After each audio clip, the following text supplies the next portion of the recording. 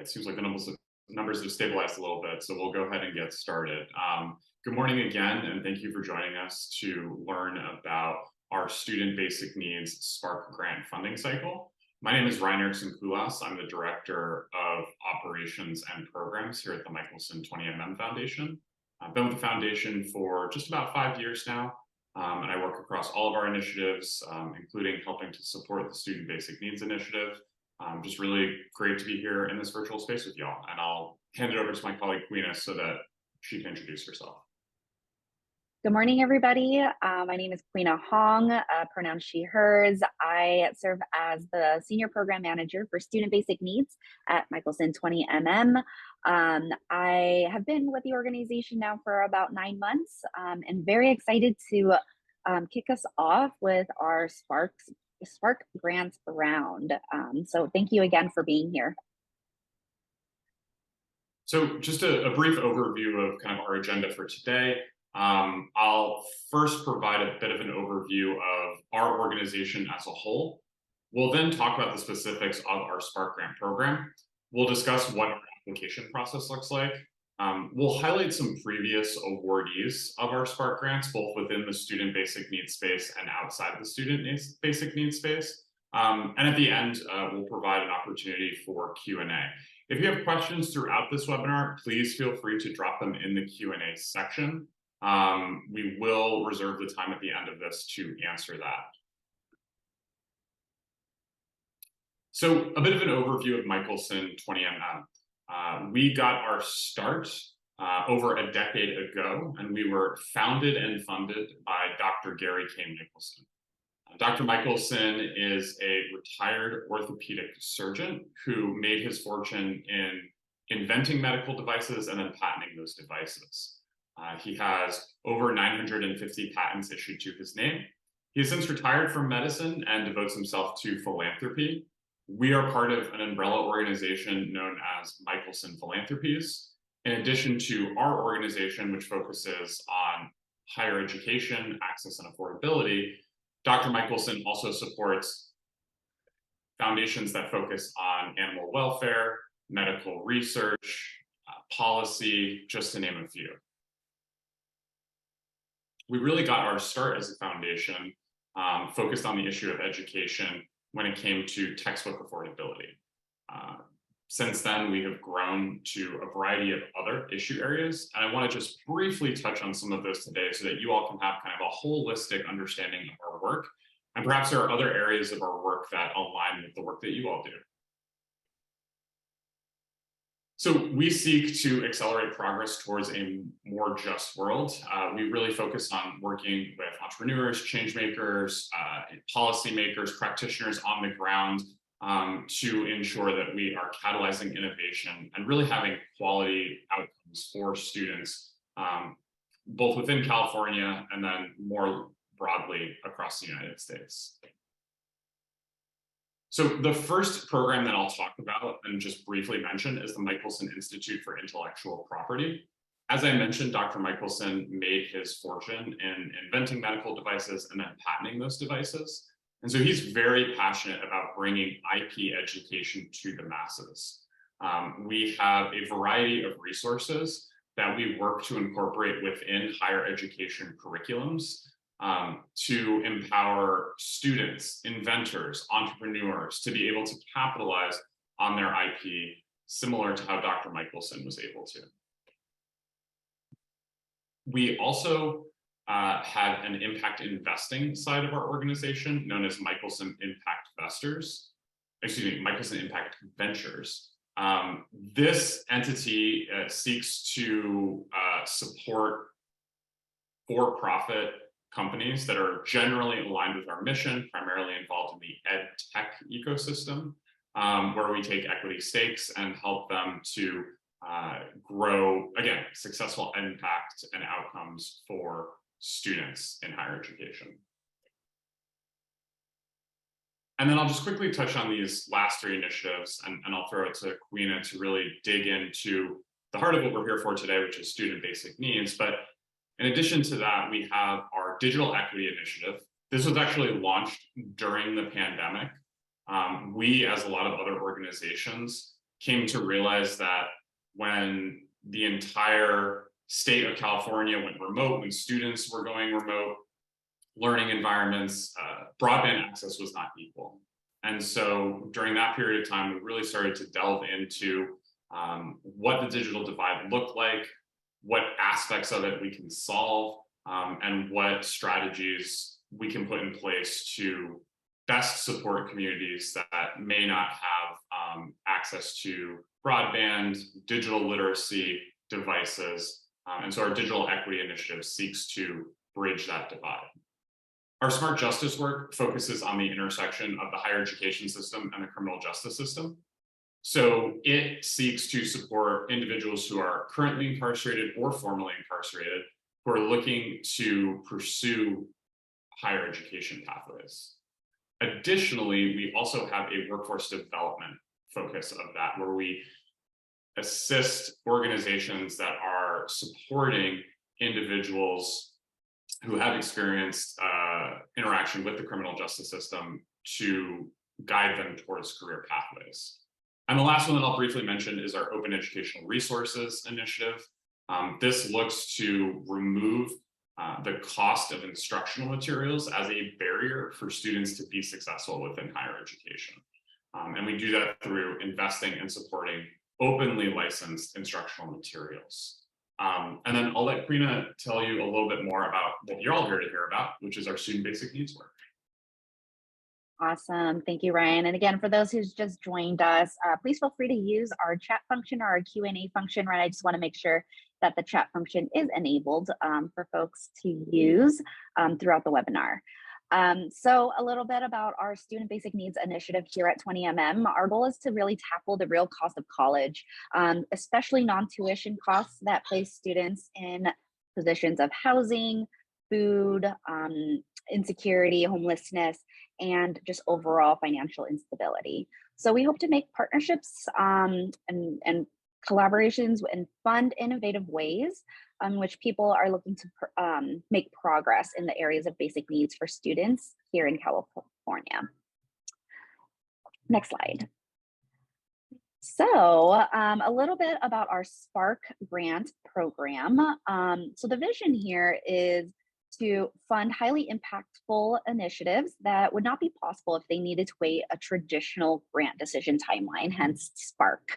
It's meant to be a catalytic force, a quick infusion of dollars to organizations such as our nonprofits and higher education institutions. And then again, just that emphasis on being highly impactful initiatives. So the mission again is to introduce an innovative, just-in-time grant-making process to meet the urgent needs of organizations within our focus areas, in which I'll go over our focus areas a little bit later in our webinar. And again, the commitment, the decision timeline is fairly quick. We'll make decisions within 6 weeks of our call for proposals closing. And then you can put this in your calendars now, but funding, the SBN funding cycle opens September 5th and closes September 19th.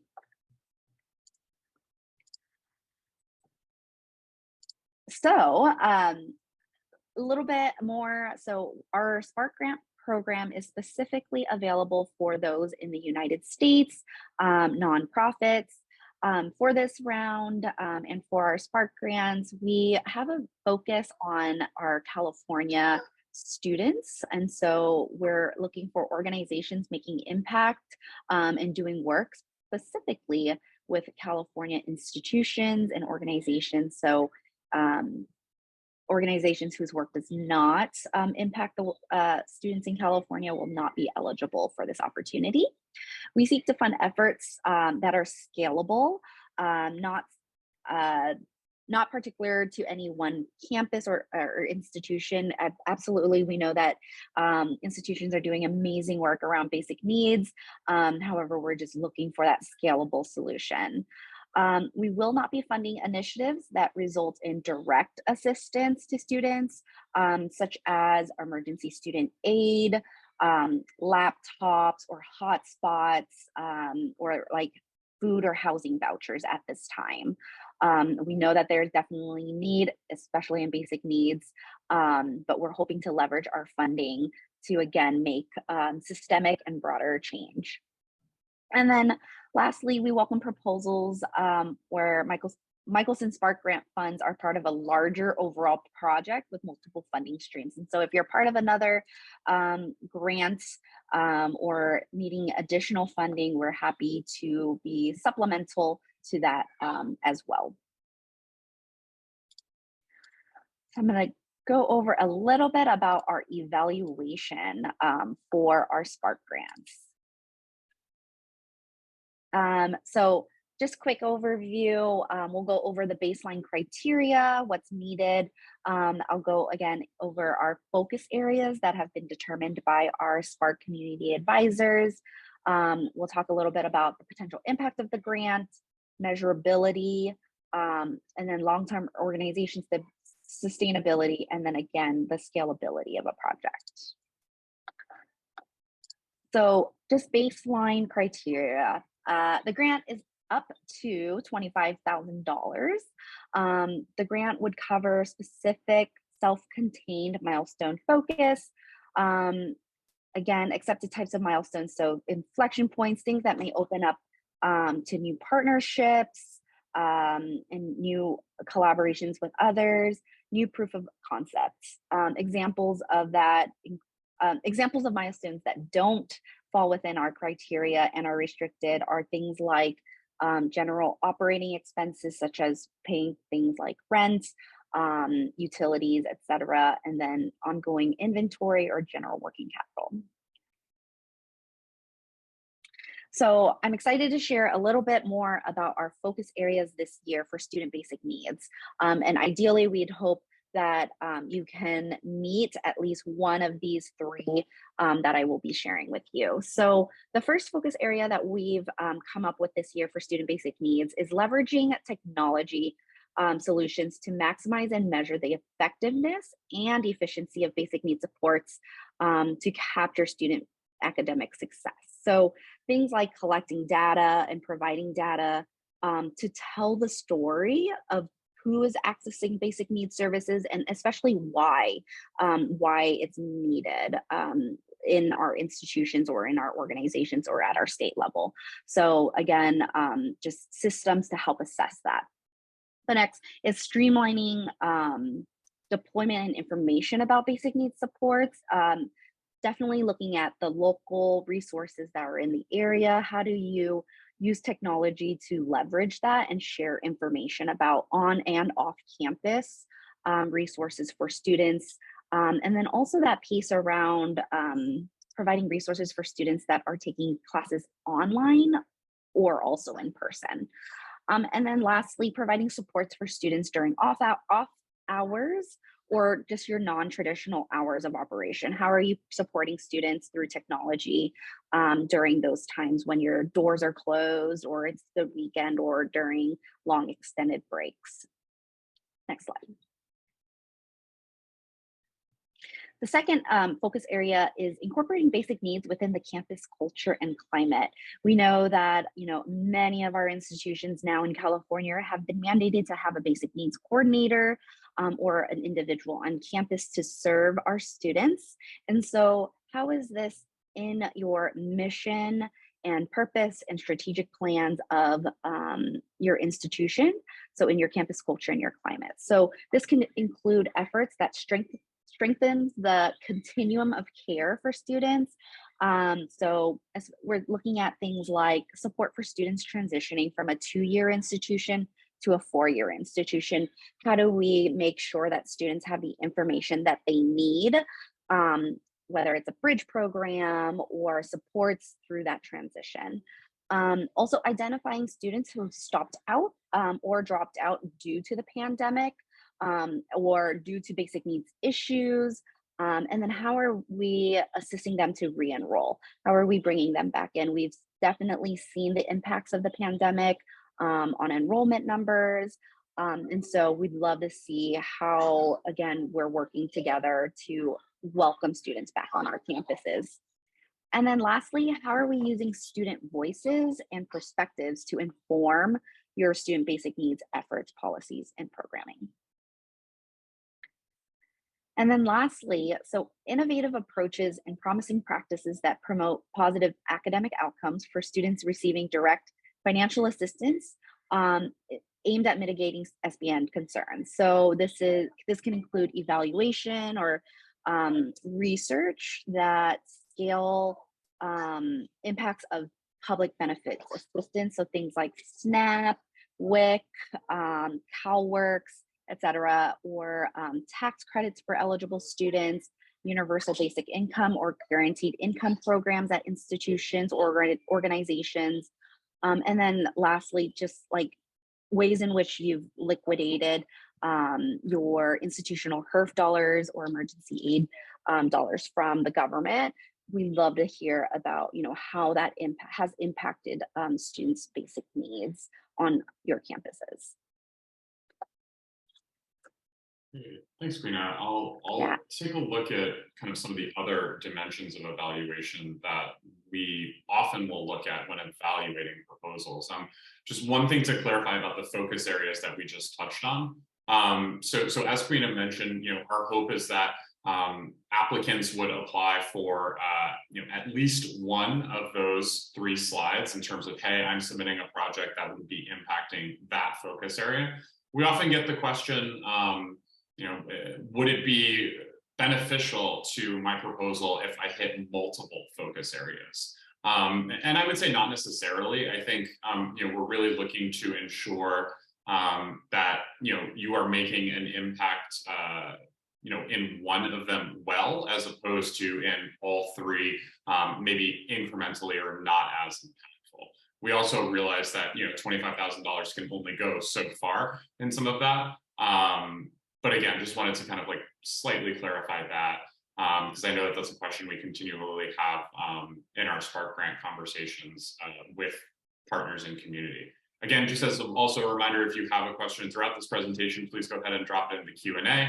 I know I see a couple in there already, and we'll answer those towards the end of this webinar today. So the other thing that we are interested in evaluating is the potential impact of the grant. How many individuals do you all anticipate? What is kind of best case scenario, worst case scenario? How likely is this to be successful?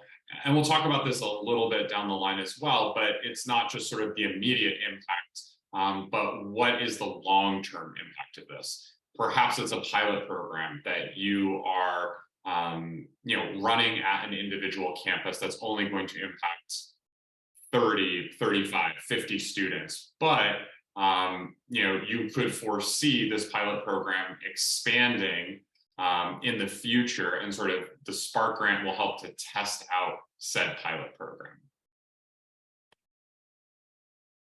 As of course, understanding what the impact is critically important. So we're really interested in how potential grantees would propose measuring the impact of the work of that project. We're really interested in what the timeline would look like. Generally, we see projects that range from 6 months at the low end to 18 months or so at the high end. Of course, there are exceptions to that, but that's kind of our sweet spot in terms of what we're looking to fund and support within the Spark Grant program.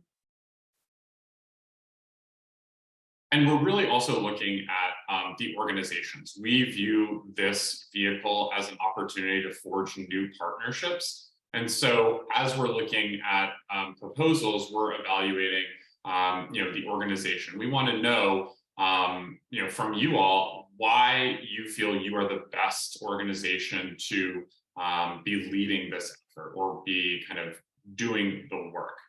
We're interested in organizations that you've partnered with on issues like this in the past. We're curious to learn more about, is this work stuff that you've been involved in for years now? Are you new? Is there a reason for that shift? So throughout our LOI and application process, those types of questions will be asked to help us to better evaluate what's the right fit for us as an organization to partner. And then lastly, I touched on this a little bit earlier when it came to measurability, but we're very interested in scale. We've realized that $25,000 can seed something that can then grow into something larger. So if there's an opportunity to impact public policy, if there's a research project whose findings can then be used by other partners in the space, those are the types of things that we're really interested in. And again, at the end of this conversation, we'll actually highlight some specific examples of grants that we've given out through our Spark Grant program that I think will kind of provide a bit more clarity about what we're talking about when we say scalability. So our portal for letters of inquiry will open on September 5th. As you can see, this photo is from a previous cycle, but if you go to our Spark Grants website, which I have listed here, you will see on September 5th, a submit a proposal button. That will remain open until the 19th. And we will be reviewing proposals coming in on a rolling basis. And I know Queen is going to talk a little bit about kind of what the timeline looks like in that regard and process and what that looks like from an applicant's point of view. A couple of things I just wanted to quickly touch on, because I know that that's common questions that we receive. Generally, we'll receive, I would say, 30 to 40 proposals overall. And I think, we're looking to fund anywhere from 3 to 5, just depending on what the fit is within. And we'll talk a little bit later on about sort of the different stages of our review process and sort of what that funnel looks like as it advances.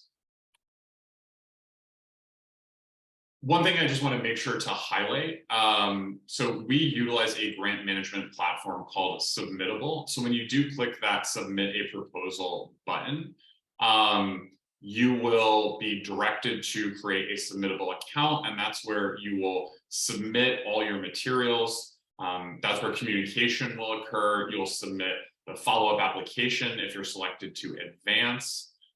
Please make sure to safe list Submittable in your email client.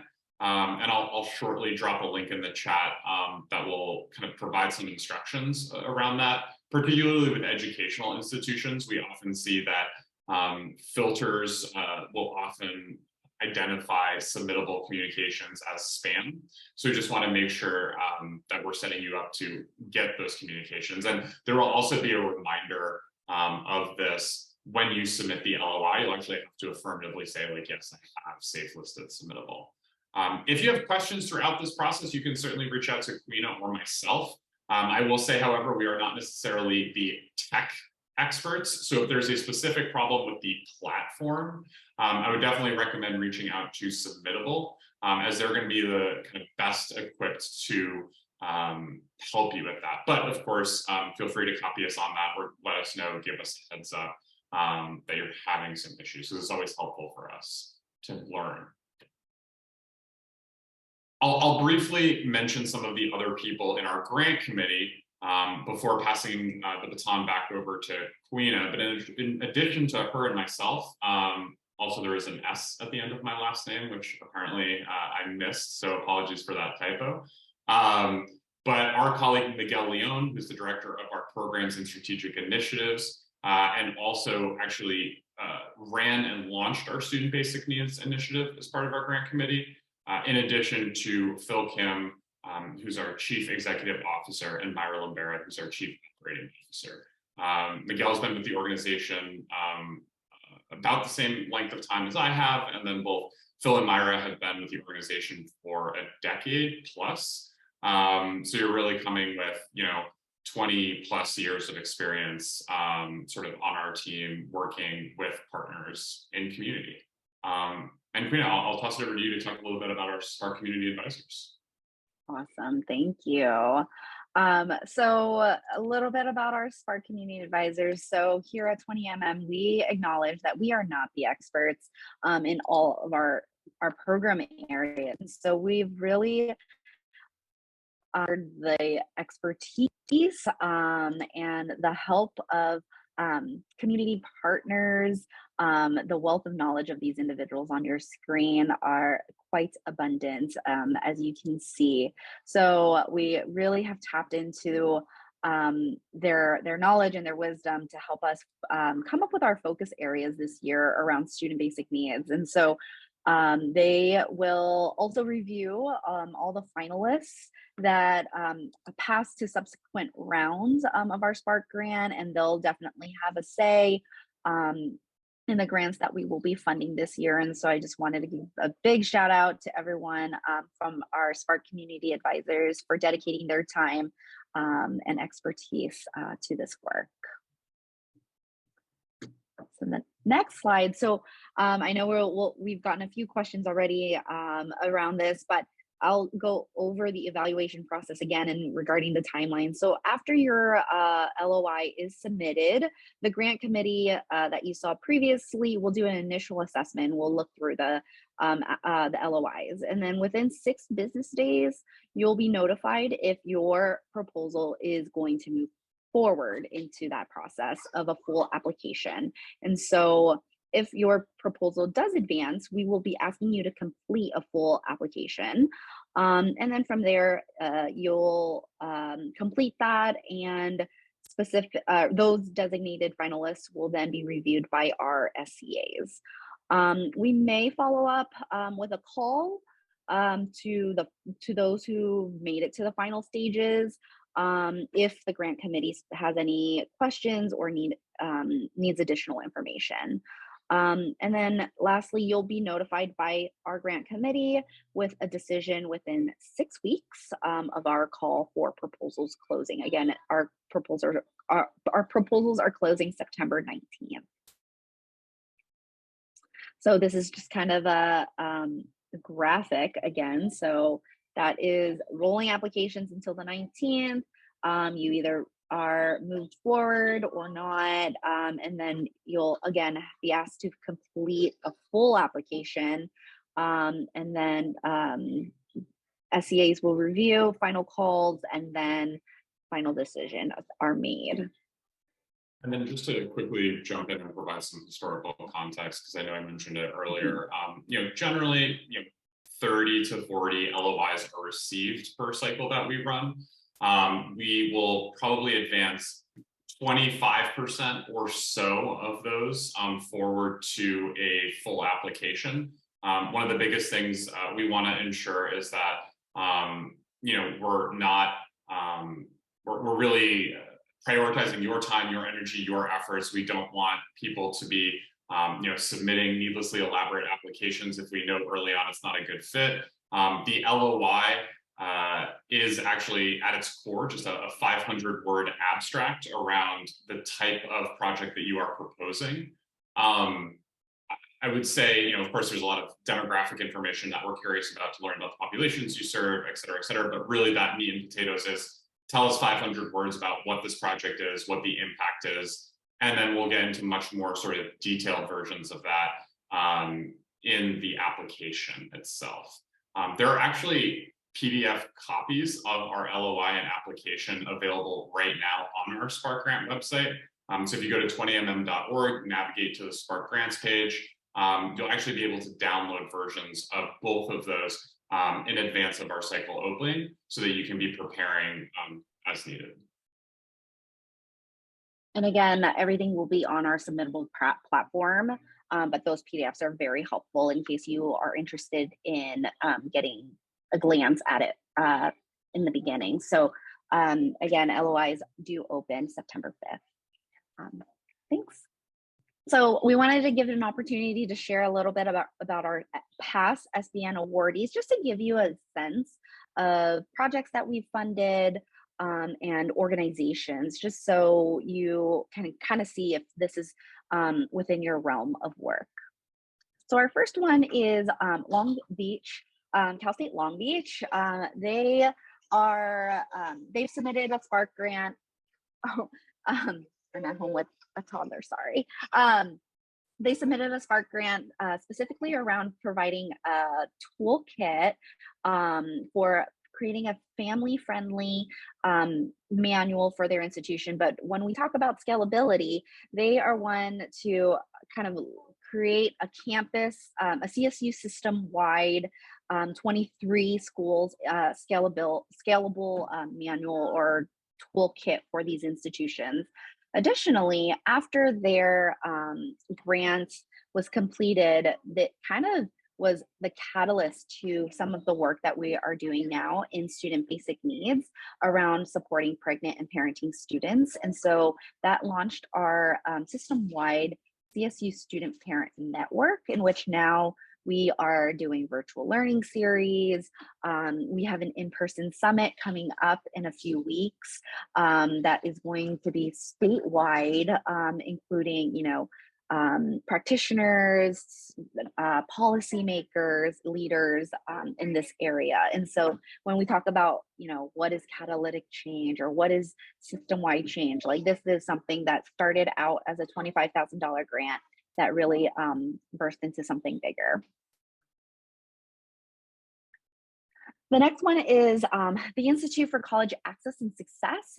We provided them with a Spark grant to do research and design and advocacy for student-centered public policy that kind of talked about affordability and accountability and looked at the impacts of the pandemic and how that impacted students' ability to afford college. And so this was a survey or research amongst 875 students across all higher ed sectors in California, so community colleges, CSUs, UCs, and it just revealed the pandemic-related budget changes, and again, the non-tuition costs such as housing and food and books, etc., that really impacted the students and their academic goals and plans, creating more difficulty for them to attend and stay enrolled in college. And then lastly, we last year we granted Young Invincibles to spearhead a student-led project that assessed the implementation of an assembly bill and law that had passed that would require basic needs centers at the state's community colleges. So Young Invincibles did an assessment of websites and to see who has resources on their websites, who already has coordinators and centers, and then looked at the implementation of the bill and the dollars that were invested in the community colleges. And I'll go ahead. I believe I'm turning it over to Ryan to share a little bit more about other grants that we've provided. Yes, I will bring our portion home and then kind of turn it over to you all. And please, again, as a reminder, if you have questions, drop them in the Q&A. As soon as I finish this last few slides, we'll be heading over there to answer your questions. But in addition to the student basic needs grantees that we've had in the past that we wanted to highlight, I also just wanted to provide you with kind of some other ideas and context of grants that we've given out of our other initiatives that may spark some sort of thinking, no pun intended, on you all's side. So the first is a grant to Unite LA. This was actually given through our digital equity initiative, but this helped to launch the Los Angeles Digital Equity Action League, or LA Deal, which was a regional consortium, cross-sector, focused on ending the digital divide in and around the Los Angeles area. I think one of the reasons why I like to highlight this is because it's a great example of our dollars being combined with other funders' dollars to sort of be leveraged for scale. This group has been really at the forefront of pushing and leading advocacy efforts when it comes to digital equity in the LA area over these past few years. So really, again, a great example of how we were able to seed that effort early on in combination with other funders in the space. U.S. Public Interest Research Group, or US PIRG, is a grantee in our Open Educational Resources Initiative. we funded a report that looked at how the textbook industry is actually using a new automatic billing framework, where students are automatically opted in to pay fees for instructional materials, and sort of what some of the troubling trends were, how that wasn't necessarily in the best interest of the consumer, aka the student. And I think this is a great example of a research project that has been taken by others working in the space. There were class action lawsuits that cited this research. Institutions have been using the recommendations in this research to push back and put in place protections for students when it comes to automatic textbook billing. So again, just another great example about how research can really scale and expand if it's done well and through kind of the right partnership. FFRP, or the Forestry and Fire Recruitment Program, is an organization that helps individuals involved in the criminal justice system to gain careers in forest management, wildland firefighting. We help to support their expansion to the Bay Area, again, in community with other funders, but in thinking about sort of, okay, how can we spark something to launch, or how can we seed or push someone past an inflection point? They had been extremely successful in running their program in Southern California. And so we felt like it was a perfect opportunity to provide support to expanding something in other areas of the state. Impact Justice, another example of our dollars being combined with other funders, and another example of sort of a new, innovative, interesting model. They launched the California Justice Leaders Program, which essentially was an AmeriCorps program for individuals who had a history with the criminal justice system. It was the first of its kind. They have since grown. So we funded them back in, I want to say 2019. They have since grown to have over 200 plus alumni as part of that network of CJL. We actually recently just funded them again, focused around supporting those alumni and creating an alumni network. So that's an example of a time where we saw the great work that the pilot produced, and then we wanted to sort of come in and provide additional supports to help grow and help to shore up the amazing learning and impact that have occurred. And I believe this is the last one, but UCI Lifted, this is also through our Smart Justice Initiative, as was Impact Justice. Again, a great example of seeding a new pilot. UCI Lifted created the first of its kind in-person degree granting program in a prison for the UC system. So it was a pilot program. We're hoping that this model will be proven out effectively, and that other UCs across the state will similarly engage in in-prison education, face-to-face education. And that was the last one. So we'll open it up now to the Q&A portion. Again, if you have questions that you aren't able to ask in the Q&A for whatever reason, please don't hesitate to reach out to Quina or myself. Our emails are listed here on the screen. We're always very interested in providing feedback. One of my favorite things I like to say in these types of informational webinars is, we want to be effective with your time. We know that you all have much better things to do in your life than apply for grants. You're doing the work on the ground and supporting these student populations. And so, if you want to shoot us an email and say, hey, here's this idea that I'm thinking about, is this a good fit? We can say, yeah, that's really well aligned with what we're interested in. And by the way, please make sure that you include information X, Y, and Z, so that way, we have a good sense of the full picture as we look to evaluate the proposal. Or conversely, we could say, hey, this might not be the best fit for us right now, just kind of given what we're looking to fund and kind of what our understanding is of what your project would be. And then that way, we save you all some time of actually, going forth and filling out that full LOI. So always want to be a resource and a partner to you all as you're thinking through whether or not this is a good fit for you. So please, please, please don't hesitate to reach out. I will say, in full disclosure, Quina is definitely the expert when it comes to student basic needs stuff. So she'll definitely be the great resource when it comes to, hey, is this what that focus area was trying to achieve? Like, is this a good fit?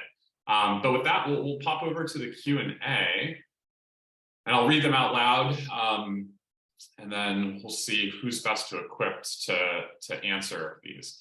Our organization is national and thus is active in California and beyond. Is this still a good fit? That's a great question, and something that I should have mentioned earlier, so I apologize. So yes, that would certainly be eligible. If you are a national organization and you are doing work that impacts Californians, maybe you are educating federal policymakers on specific rules, regulations, best practices, et cetera, and then that would have an impact on California students. Certainly would be eligible. How many individual grants do you expect to award this cycle? So I think I may have mentioned this at the top, but I would imagine probably 3 to 5 grants coming out of this cycle. Can you say more about the need for the program to be scalable statewide? Can you give an example? I think probably the best example, and I don't know if you want to talk about it a little bit more, Quina, is that CSU LB project, where that resource is then one that we're hoping other CSUs are going to utilize. Is that kind of a good encapsulation of how you're thinking about that? Yeah, I believe this question came in before the examples, but yes, that is definitely one example. Another example that we received from previous years was like a blueprint for housing, right? It was one institution and what they were doing on their own campuses to provide housing using dollars, again, by the government. But then what we saw scalable was, okay, so now how do we implement that all throughout the community colleges? How do we implement that of the other systems? And so we worked with that institution to make it more statewide. I hope that answers your question. Yeah, that's a great example. That was, I think, Fresno City College, where, yeah, correct. It was, hey, let's look at what Fresno did really well, and let's provide learnings to the rest of the state. Should our program / project be aimed at assisting only college students? I'm not quite sure.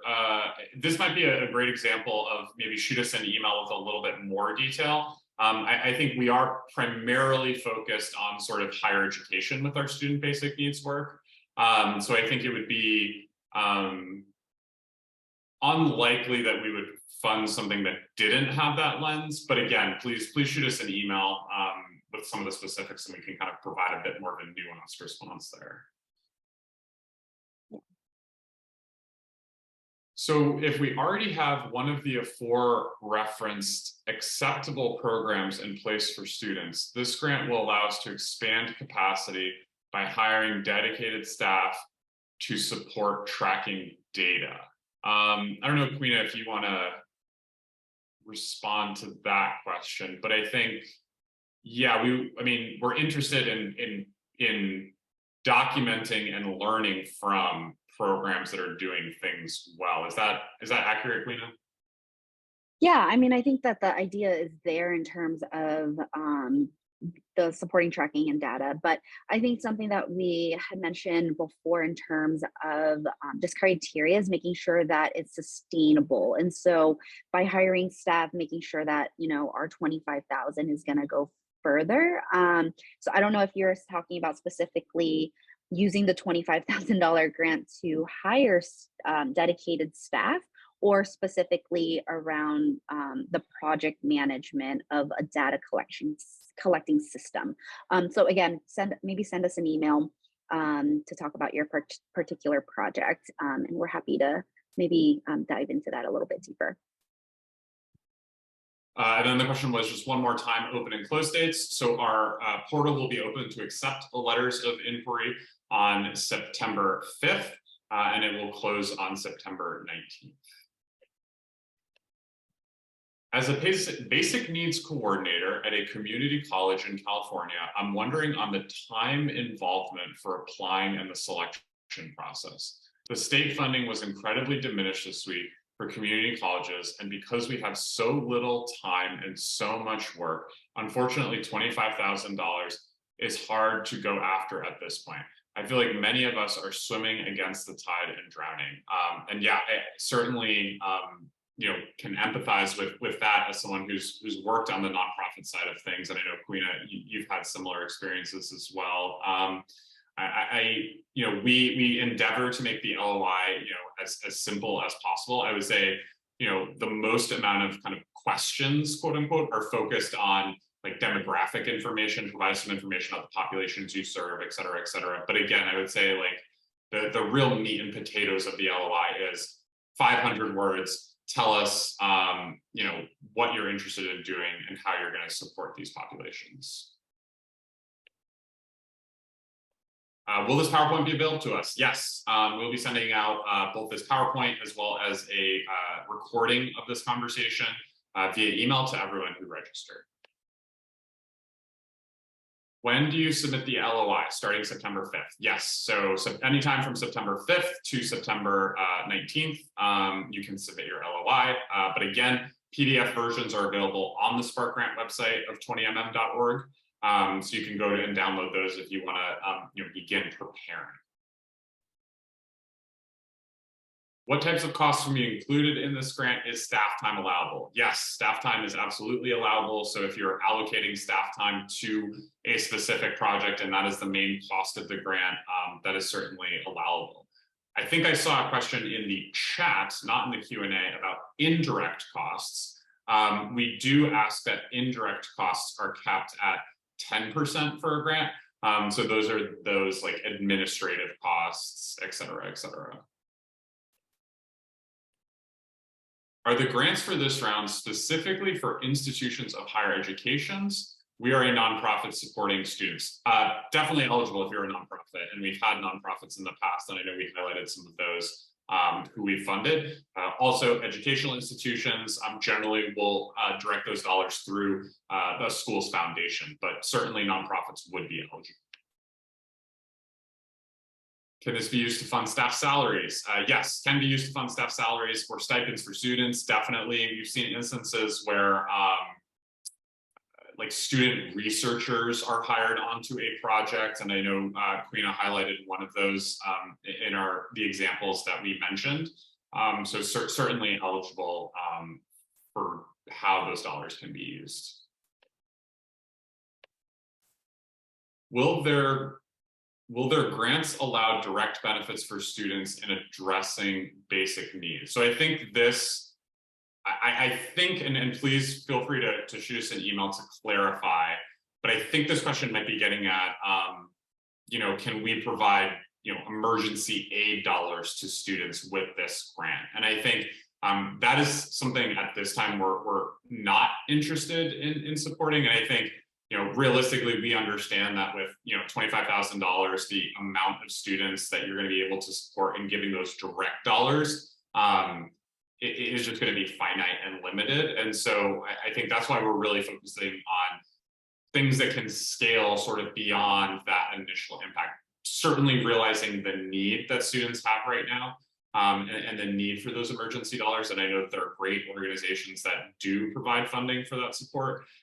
Just not what we're focusing on for our funding in this Spark grant cycle. Just want to confirm your, yes, and I think that's a similar question around meals, food, etc. Yes, the slides will be available. I'm having trouble of thinking of a program without directly benefiting students. What types of funding associated with doing the research for the example of the CSU parenting pregnant students? I don't know, Quina, if you want to maybe tackle that.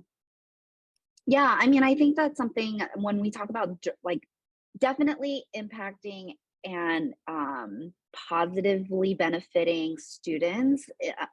So when we say direct service or direct dollars, so like we can't fund a food pantry, or we can't again, like Ryan said, provide dollars towards emergency student aid.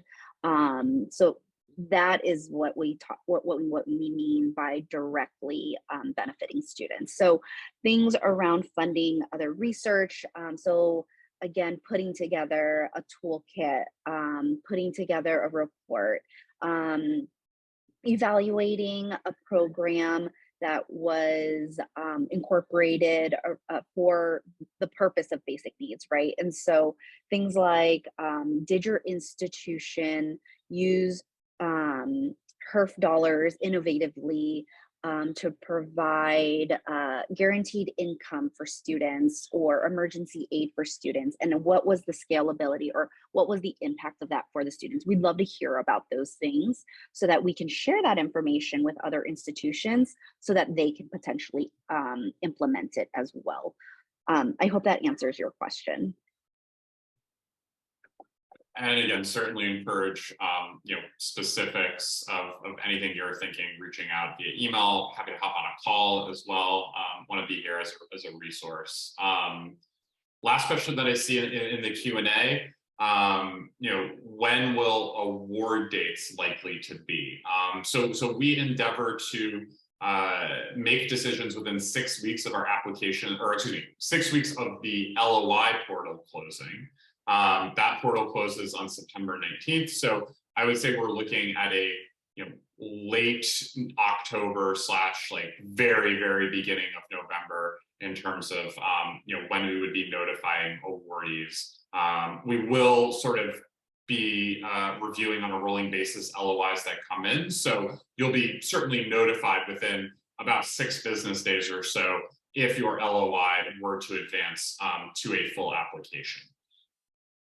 And it looks like that were all the questions that we had. So really appreciate everyone's time today. Can't thank you enough. Again, please think of both of us as resources as you think about whether this opportunity is a good fit for your work and your organization. A recording of this, as well as the slides, will be made available following this conversation. And thank you again. Enjoy the rest of your day. Thank you.